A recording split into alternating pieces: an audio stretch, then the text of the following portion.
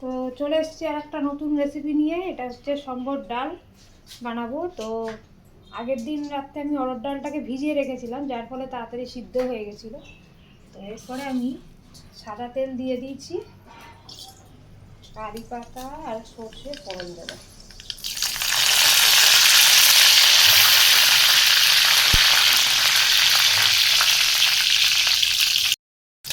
এরপরে তেলের মধ্যে পেঁয়াজগুলো দিয়ে দিলাম।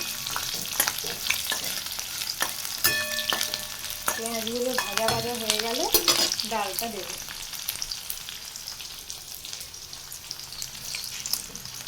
এই আগের থেকে সিদ্ধ করে রাখা অরহর ডাল। খুব সুবিধা হয়েছে, যখন আমি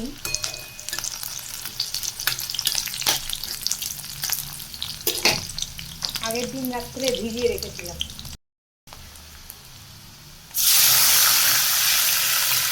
এই অরহর ডালটা দিয়ে দিলাম। এবারে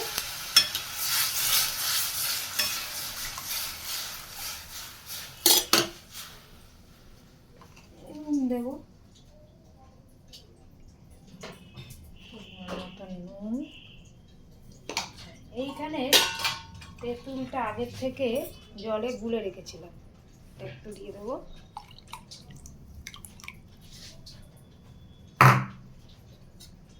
আন্দাজ মতন দিয়ে দিলাম।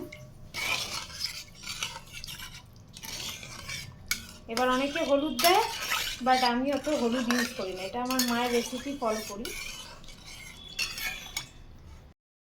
চিনি অ্যাড করে দিয়েছি। আর লাস্টে not the list, sambar masala.